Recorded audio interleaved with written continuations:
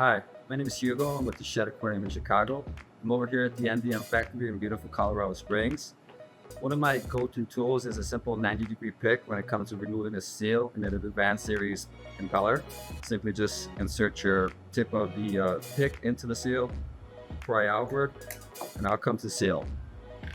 Remove the rubber, and then you're ready to prep and install your new seal. Once the old seal is removed, you're going to want to take a nice chamfering tool to remove all the adhesive that may be left over from the seal. Some isopropyl alcohol also what works well with a lint-free Kim wipe, for example, to also help remove any of the adhesive in this area. Next, you'd want to apply some gasket sealer. I prefer gasket cinch. Don't need a lot of it. I tend to dab a little bit off. Run a couple of coats across.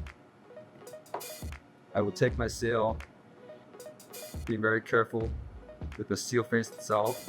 Apply a little bit along the edge, paying particular attention to the lip of the seal.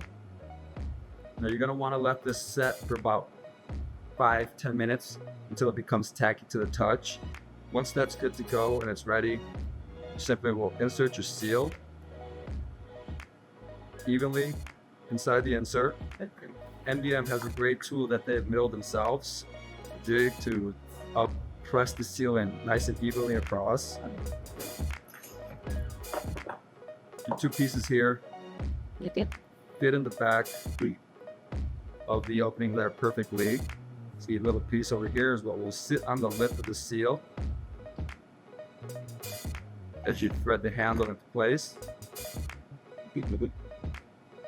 This application here ensures that you get a nice even press across the lip of the seal down into the motor faceplate here.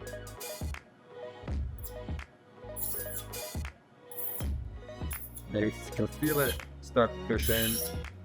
And this will give you a nice, like I said, even press across where the lip will sit flush across the whole thing.